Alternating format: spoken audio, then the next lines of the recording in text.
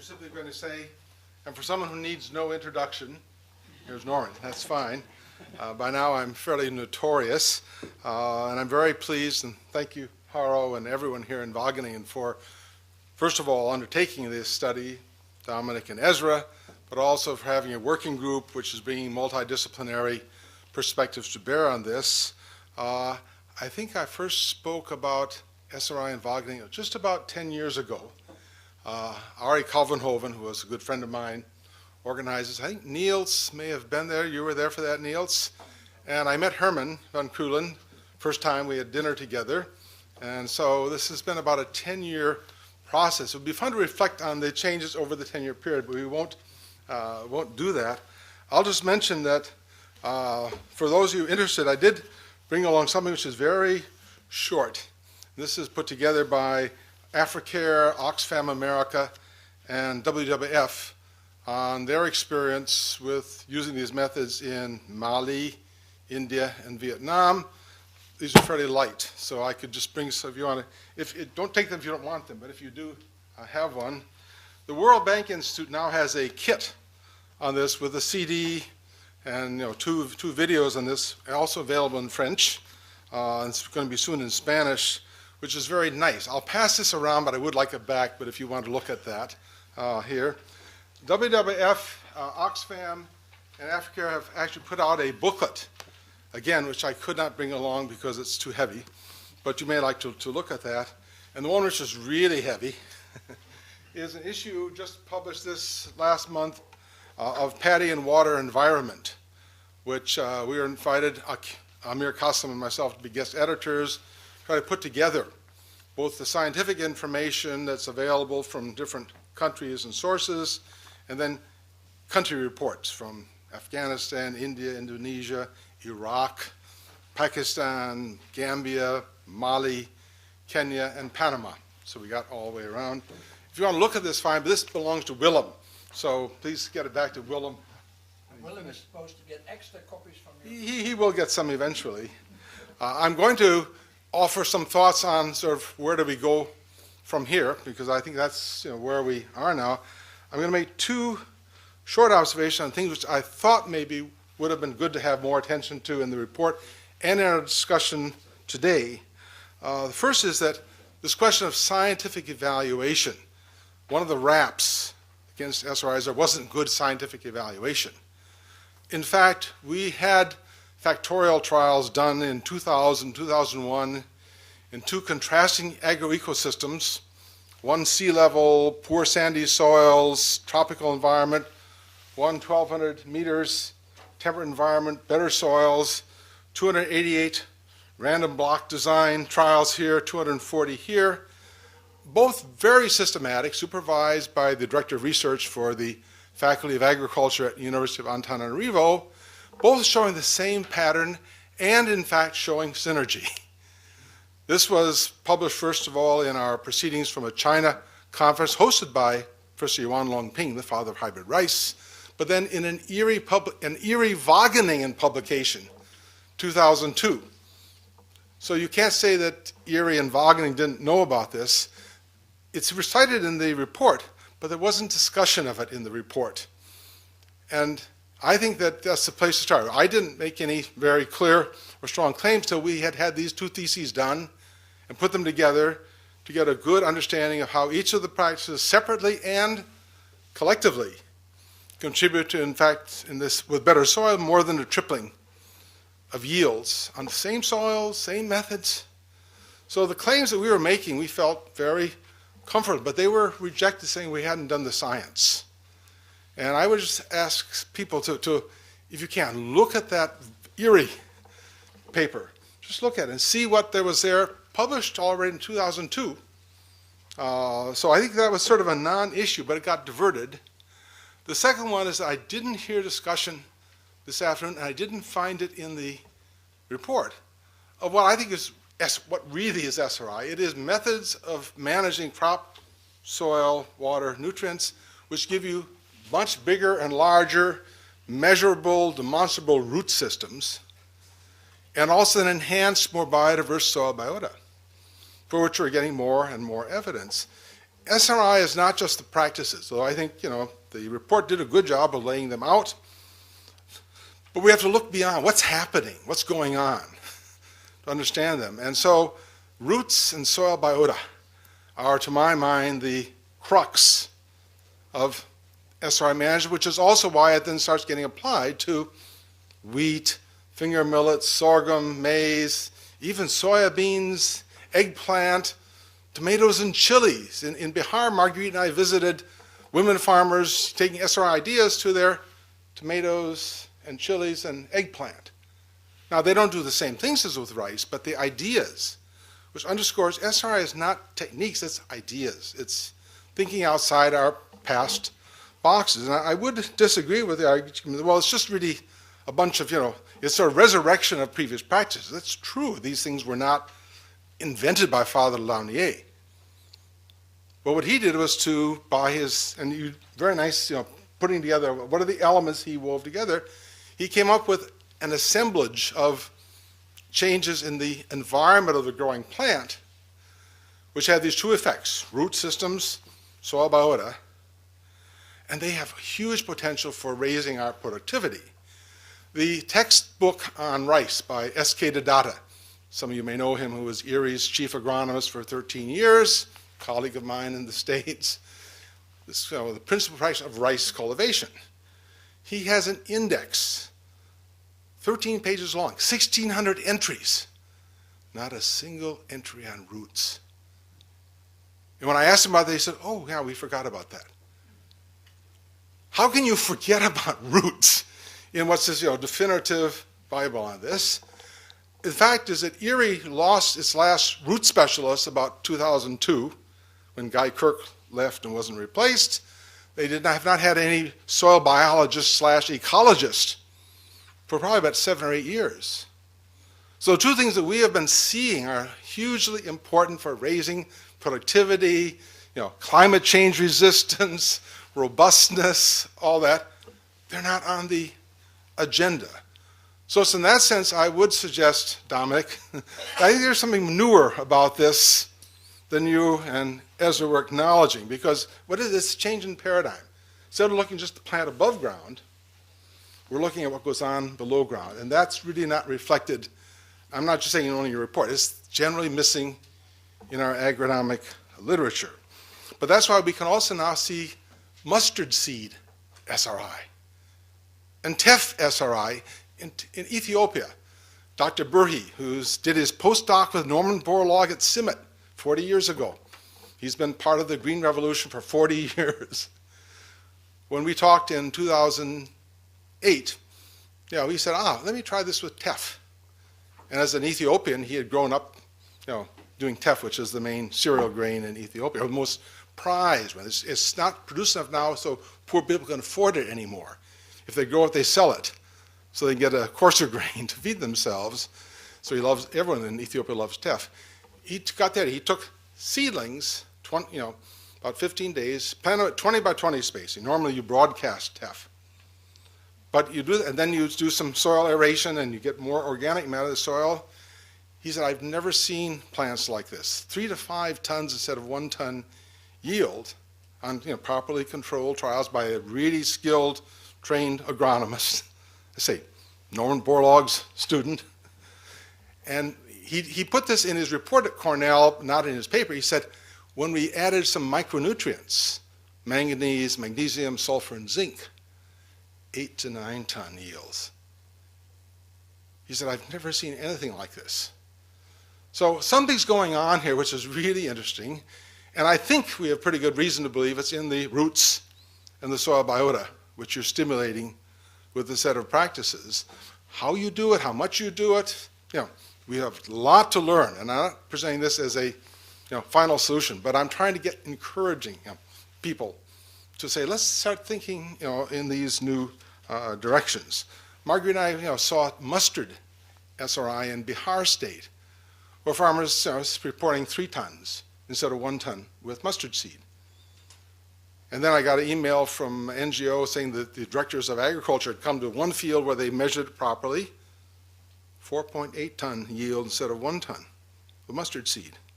But they make a big hole, about 1 foot diameter, about 2 feet deep, and they put loose soil and organic matter in it and put a single seedling, but then the roots become massive. The plant's bigger than I am. And the pods are bigger, the seeds are bigger. So they're getting a different phenotype, if you know your biology, from the same genotype. And that's what SRI is all about. How do you get a better, more productive phenotype phenomenon from existing genotypes?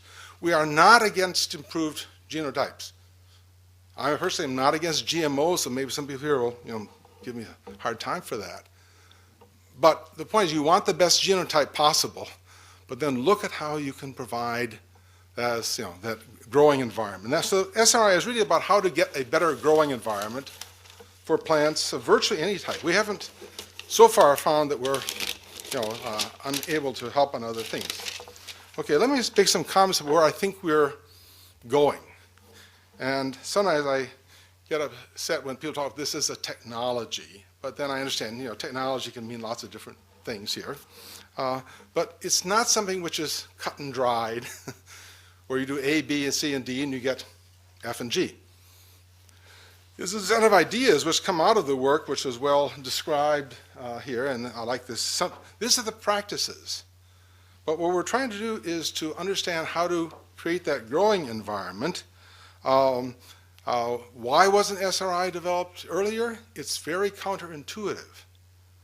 Having tiny plants when you could have a big one, having only one plant when you could have 3, 4, or 5, not flooding when you could keep the plant with water throughout the cycle, not using fertilizer when when you could.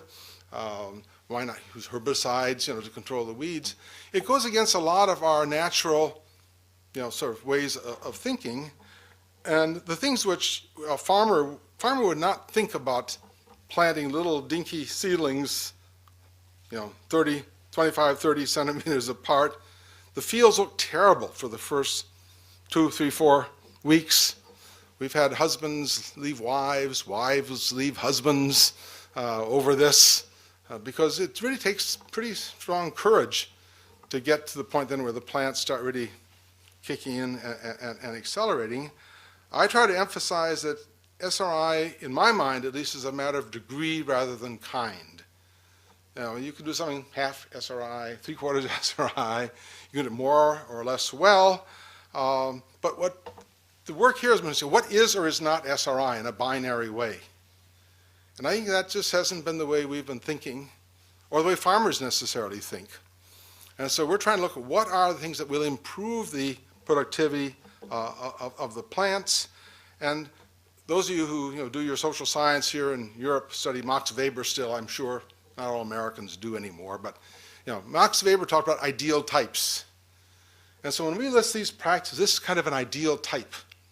And we have factorial trial evidence that if you do all of those as recommended, you'll get really pretty spectacular results, but you don't have to do them all. You may not do them all as carefully, as rigorously as you might. So it's a matter of degree. And so we're trying to understand better than why doing these things, changing the environments in these ways, it gives you these results. I agree there are a lot of knowledge gaps still, and the listing of your knowledge gaps, Ezra and Dominic, I agree with. With one exception, I think we know more about the interactions among variables. If you would look at those 2000, 2001 theses and the summaries that Professor Randria Miharsu and I did for our conference and for Erie, Wageningen in 2002, I think we do know that. Now, if someone does them again and gets different results, I'll be glad, I'll be informed. But so far what we've done has given a very clear, consistent picture which corresponds to what we see in the field. So in this case, the trials and the field work. The 3 areas I would focus on, one is crop management. We've still got a lot of knowledge to generate there. Then soil biology and ecology. And then third, at the molecular biology level, to know more about epigenetics, which determines how the genetic potential actually gets expressed in practice. In the crop management area, things like age of seedlings, spacing, and so forth, we tell farmers they should optimize. But in fact, I think scientific research could give us a much better frame of reference for giving advice. I think you mentioned your last point about the heuristics of making these adaptations for the crop.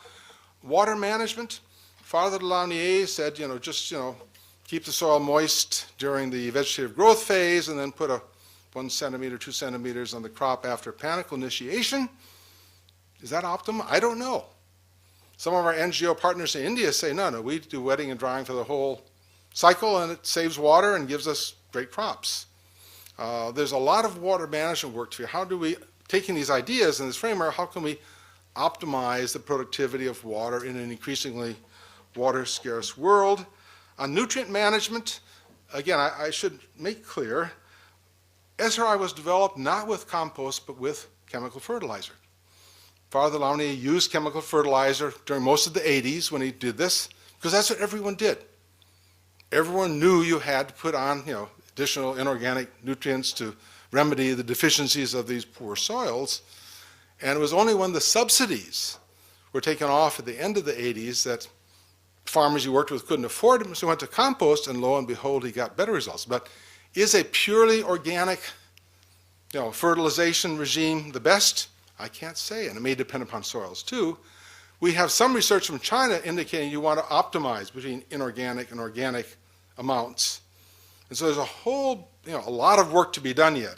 To what extent is a purely organic strategy the best, or some combination of the two? We think we can beat inorganic fertilizer alone with either organic or some combination of the two, but that has to be, tested and developed for site-specific. The statement was made that SRI does better on good soils, which we would expect. There is research which has been put into a PhD thesis for McGill University by a young agronomist who has now joined CIMMYT staff as a postdoctoral fellow. She did really interesting work in Panama. Her started work, first of all, by getting 70 different comparison yields, SRI, other practices around the world. She georeferenced them with the FAO classification of good, medium, and poor soils. And she found a negative correlation between the quality of the soil and the differential of SRI practices with their conventional practices. Her hypothesis was that this is a response or a differential attributable to different levels of available phosphorus. Many of our poor soils are phosphorus constrained, phosphorus limiting. But the fact is that in most soils there's a lot of unavailable phosphorus which can't be accessed by the plant, and that SRI practices are, in fact, through microbiological activity, freeing up that unavailable phosphorus and bringing it into the soil solution so it's accessible to plants. I'm sorry I can't give you all the details on the thesis results, but I think they're going to show that one of the first things, perhaps for the first time, we have an innovation which is actually better, both absolutely and relatively, on poor soils than on better soils in terms of improving yield and productivity. I don't want to make this as a generalization, but the research on this, let's not assume that that better soils will always have an advantage with these kinds of management practices. One of the areas I hope we'll do more work in is looking at the effects, the buffering effects of these methods for climate change pressures. We have a lot of pieces of evidence or sets, but nothing comprehensive on SRI plants having more resistance to drought, more resistance to storm damage, wind and rain. Even in one Angra set of trials 4 years ago, this is in India, Andhra Pradesh, to cold spells. And so the plants, but again, it's not because these plants are so different, but the root systems in the SRI plants, I'm not showing you pictures, but you can imagine, are giving the plant more ability to deal with drought. That doesn't surprise anyone. But also they resist the pressures of wind and rain. And also when it's very cold, they've still got reserves and resources they can draw on to be able to resist those pressures. So I think given our projection that we're going to be having more and more adverse climatic conditions to deal with in agriculture, to the extent that these changes in methodology, don't call them SRI if you don't like to, look at the practices. I think we can do a lot to improve the crop's ability to withstand adverse pressures from climate change. And I really appreciated Tom's comments about, maybe we got sort of a contradiction here between, conservation agriculture says don't tear up the soil. SRI says, do a weeding which will disturb the soil. I'm not sure what all is going on. We are very clear from a lot of evidence that extra 1 or 2 or 3 weedings adds 1, 2, 3 tons per hectare yield without any additional nutrient inputs. So it's mobilizing resources in the soil. But is there some kind of optimization? The weeder we're using is only disturbing the soil like this, not like that. And it may be that that sort of surface, superficial soil disturbance is contributing. We are trying to make a convergence between SRI and conservation agriculture, because I fully agree that there are a lot of reasons why the non-invasive, non-disturbing practices will be more beneficial for the structure and functioning of the soil system, especially if you're getting more organic matter into the soil. But again, it's a research issue. It's just sitting there. It's really important to look at how these two sets of practices. There is in Pakistan a very wonderful businessman, farmer, philanthropist who comes from a very wealthy family in the Punjab, who is mechanized SRI almost completely. He cuts labor by 70%, cuts his water use by 70% with 3 different machines. After he's laser leveled the field, he makes permanent raised beds. He then does transplanting where laborers just drop 10-day seedlings in the holes that have been preset. The machine injects compost in a precision way, so you cut the total per hectare volume by 90%, 400 kg per hectare instead of 4 tons per hectare. And he puts also little inorganic fertilizer because the soil hasn't been built up that much yet. Cuts his water down with siphon irrigation, just flooding the furrows between the raised beds. His first plot was a 20-acre plot, mechanized, and his yield was 12 tons per hectare average, with a range of 7 to 22, depending upon whether the leveling had either taken topsoil off or deposited it. But he's now going to be doing as much as a 4,000-acre mechanized SRI plot. This next year, he's working with farmers on about 10,000-acre area, small farmers, where he will be doing the raised beds and let them then take over the rest of the management. So we're seeing these kinds of innovations, and I'm hopeful. He calls this paradoxical agriculture, where he combines SRI, conservation agriculture, and organic agriculture, where with less input you get more output. He does this now with wheat, also with potatoes, chilies, a whole range of crops now, where he does rice in one season, then alternating with another crop in the winter season. So we're seeing those kinds of innovations. And then I really am hopeful that we can get some molecular biologists mobilized for this. There is a lot of excitement in the field of what's called epigenetics now, which is looking at how the basic DNA is not in itself determinant of the eventual organism, but it's the expression of those different base pairs and genes and so forth that can be attributed, or that can explain the results. We think SRI is really ideal for people interested in this kind of issue of genetic expression, because here we have the same genotypes. We get a very different phenotype depending on how you do the spacing, the timing, and all those things. So if we can find some molecular biologists who are willing to at least listen to our experience, our data, and then start working on their own molecular biology experiments, I think this would be really very, very exciting, because it has implications well beyond SRI. And again, I don't like to use SRI as a noun. I do. But I always try to say, use it as an adjective. It's better as a descriptor of this set of ways of thinking and practicing rather than a thing. And this is, I know, not always easy to do, and I myself continually fall in that pothole. But intellectually, we see this really as an adjective, and it represents in other crops as well. I really am glad that you have in your work here also a possibility of combining the biophysical, technical with the socioeconomic, institutional, because so far I've been talking about the biophysical part, which, as you can see, I'm really very interested in and learning things all the time. We just got an article, about 5 days ago, off some listserv, where it's been very nicely shown in a very respectable journal that when you have higher concentrations of free oxygen radicals, they call it FORs, or so free radicals, you know about that, root growth is significantly increased, and they were able to trace it down to effects upon the calcium channels in the root cells, as to how they were functioning and taking up nutrients. Now, if you don't flood your soil, you're going to have more free radicals in that more oxygen-rich environment.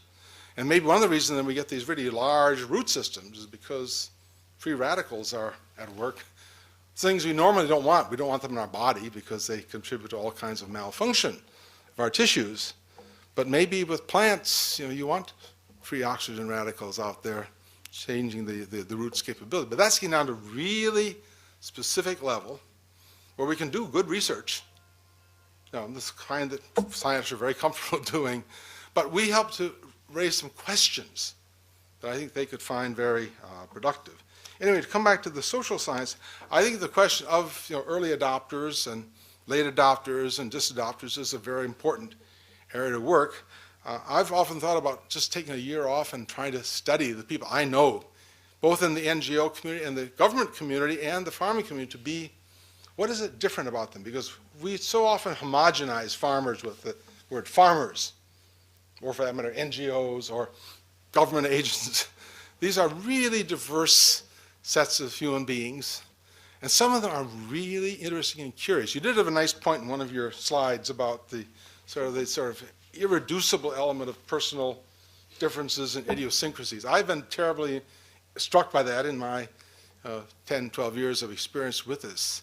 Robert Chambers talks about the importance of the personal in one of his rural development books that you may know, and Robert and I have exchanged ideas for a long time.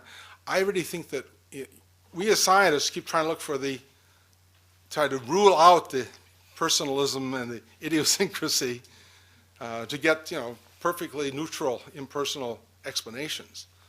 But SRIs had huge elements. Don't call it charisma. The fact is, there's differences, and some people have different levels of energy, different levels of curiosity, different levels of tenacity. And what we have here is some really good examples, and don't look at me. I can give you people in 40 countries now who've shown the tenacity, the imagination, the curiosity to pick up new ideas and think outside the box and try them. So I really would like people to think about how do we understand more about those persons who start breaking new paths. Disadoption, this issue got very much highlighted by an article by two of my Cornell colleagues back in 2003. In fact, most places I go, I ask about disadoption. In the particular Madagascar cases, I think there was some particular circumstance. I don't doubt the data. I funded the research, by the way. And I know both Chris's, excellent people, but that's not been a pattern. And there are cases of disadoption, but they're not as great as so many. And Andhra Pradesh has had also some disadoption, I think. I go to Tripura and talk to Baharul, who's one of your colleagues for this project. He says he's found very little disadoption, up to 250,000 farmers, starting with 44 farmers, 8 years ago. So I think that we should study that. But I think this has been somewhat, overblown. The labor intensity question I'd like people to be looking at. And again, the same article sort of branded SRI as labor intensive. And what's interesting, if you go to China or India and talk to farmers, one of the reasons they often give first for why they're interested in SRI is they can save labor. Once you cut your plant population by 90%, once you don't keep the field flooded all the time, you can actually reduce your labor inputs. And so the whole question of labor intensity, labor saving, and what can be done. Farmers always try to cut their labor costs. So it means, changing their practices, adapting those, or investing in mechanization. But the labor factor is one of the things which I hope we can get more research done. By and large, economists have been harder to get interested in SRI than agronomists. I hate to say that, Rob, but with a few exceptions, honorable exceptions, we really don't see economists interested. And partly, I think they're put off by the idea that you can get more from less. That says there's a free lunch somewhere. And so therefore, it can't work, get rid of it. It's more awkward for them than for the agronomists, what we're saying about SRI. But there are a lot of really good subjects, and I hope lots of theses will be done on this. The question of risk, which you point out also, I think is important, but you should look at two of the early studies, both of them done on a large scale with large random samples, one by GTZ in Cambodia, 500 farmers randomly selected, and the other by EMI in Sri Lanka, 120 farmers in 2 districts randomly selected. Both of them documented the reduction in risk economically or crop-wise. I mean, if you didn't catch that in those studies, you really should look at them. So we have proceeded pretty, comfortably, I won't say confidently, but comfortably, that the risk factor, it looks risky, but we haven't seen evidence that the risks are really increased if you get this empirically, but it should be studied. And so I would encourage that. We didn't talk about this, but I really think something ought to be done with more participatory action research. So far what I've been hearing is farmers as objects to be studied, and SRI has developed with farmers very central to the process of introduction, adaptation, evaluation. And in fact, the name of the NGO in Madagascar, which I learned SRI from, Tefisina, the name of their NGO is meaning, to improve the mind. Tefisina means to improve the mentality. And Father Launier originally wanted to use SRI as a means to uplift the farming community, to make it more willing to innovate, do new things, things different from what the ancestors had done for generations and so forth. And so I think that we should be thinking about a lot of this work. Not all of it can be done in a participatory action research mode, but a lot of this should be done much more with farmers rather than simply on them, recognizing there's huge diversity within the farming community. Also, to recognize that what we started with in '83, let's say, which was irrigated rice improvement, has been diversifying and changing tremendously. I mean, farmers figure out how to do rain-fed SRI, no irrigation, no control over water, simply using what they get as rainfall or runoff. Farmers have said, transplanting is hard work. We'll try broadcasting and thinning in a geometric pattern. Got the labor 40% according to one TNAU study. With no sacrifice in yield. You broadcast, then at 10 days you take the weeder and thin the crop as if you had transplanted. And that leaves plants, about 25 centimeters apart, one, sometimes 2, even sometimes 3, but no big harm on that. If you're basically getting mostly, single plants throughout the field. If you're missing a plant somewhere, the ones around it will actually grow into that space, and they won't be 100% compensation, but about 50% compensation, so you don't need to go out and do the gap filling, which is often a big issue. Broadcasting and thinning. If I was a farmer and I had 2 hectares, I would do that broadcasting thing. I wouldn't do the transplanting. If I have only 1 hectare or less than that, I'm going to transplant because I want the maximum yield from that little piece of land. But if I have a big area, I'll do that. And then we're having farmers now doing direct seeding, drilling in a geometric pattern. That's been done in a number of places. And now some farmers develop mechanical transplanters. They're adjusted for, let's say, 25 by 25 spacing. In Costa Rica, one of the farmers does, mechanical transplanting of 10-day seedlings. He's worked out so he can put in 10-day seedlings. 8-ton yield with so little labor. He's very happy with that. And I think he'll do better once he develops the, this one came out, sorry. I guess we don't need it at the moment anyway, do we? I'll give it to you. But the idea is that SRI is continually changing. SRI is a set of ideas. Is continually changing and adapting. And I mentioned already the extent to which we're getting this used with other crops. So we think that this is going to make a contribution not just to the rice production, but really to the agricultural sector generally. For what reason? We are calling attention to roots, and we're calling attention to soil life, the life in the soil. Almost anyone who works in crops, cropping systems knows, yes, the life in the soil is important, but most of our research is on soil chemistry, some is on soil physics, very little is on soil biology. It's difficult, it's messy, it's often ambiguous, but it's crucial, and that's where we're trying to increase our work because we now have better methods for measurement and evaluation, and also then to figure out how do we grow. I tell farmers, don't grow plants, grow roots. If you grow roots, and they're large, healthy, vigorous, the plant will take care of itself. So think below the ground, maybe not just outside the box, but below the surface. How do we get ourselves down there? There are all kinds of things. I don't want to talk for very long. I think it would be good for some people, not everyone, but some people also to think about the issues that Willem raised, or others too, about the way in which scientific institutions and scientific practitioners have responded to this. See if we can't learn some lessons that might give us better response in other things. I ask myself, how many other innovations are there out there that we're not learning about, not seeing, not benefiting from? I know the resistance that SRI has encountered from very smart and good people. I'm not making any ad hominem arguments. But still, there's something about the way people think and function, or at least most people, not all, thank goodness, so that new ideas don't grab them, don't entertain them the same way as a few who say, hey, let's look at it. And so people have said, Uphoff is promoting SRI.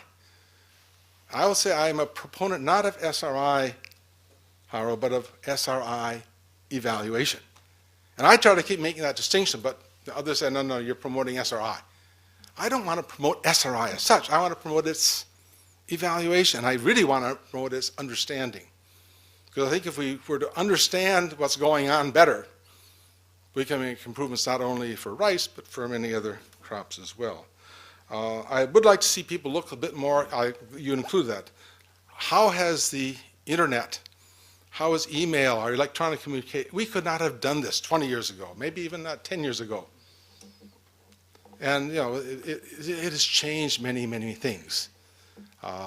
Also, I will comment, farmers are starting to use the internet. I get emails probably at least once a week from a farmer somewhere.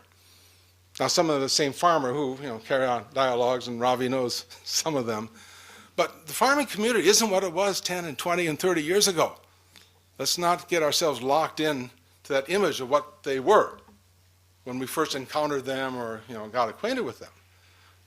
There are a lot of really smart, really curious, very bright, even brilliant farmers out there. They didn't get the education we're privileged to have, but they think like we do, maybe even better than we do. And they're into this. And they're getting onto websites and onto listservs and so forth. And so I think that this comes back to my theme, to be doing this with members of the farming community. I won't say all farmers, but members of the farming community. I think we'll get much further ahead. Both Wageningen and Cornell have the tradition of being leaders in agricultural research. And both of us have also done some leadership in this notion of taking farmers' knowledge seriously, working with it, benefiting from it. Farmers are not perfect.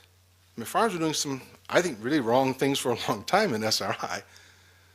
But there are some farmers who really are ready to change, to evaluate when they get the chance. So I'd like you to think about how we can also get the communications people involved in this, because that may also point us to some new directions for what we're going to do. Well, I would love to talk for hours and hours, and you all who know me know that I could, but I'm going to try to stay this because we're going to have a good chance for a discussion, which we'll turn back over to Haro to moderate, mediate, or whatever. I don't think we'll need to have much provocation. I'm sure that a lot of you have thoughts, ideas, questions, and so forth. So let me stop there. Thank you.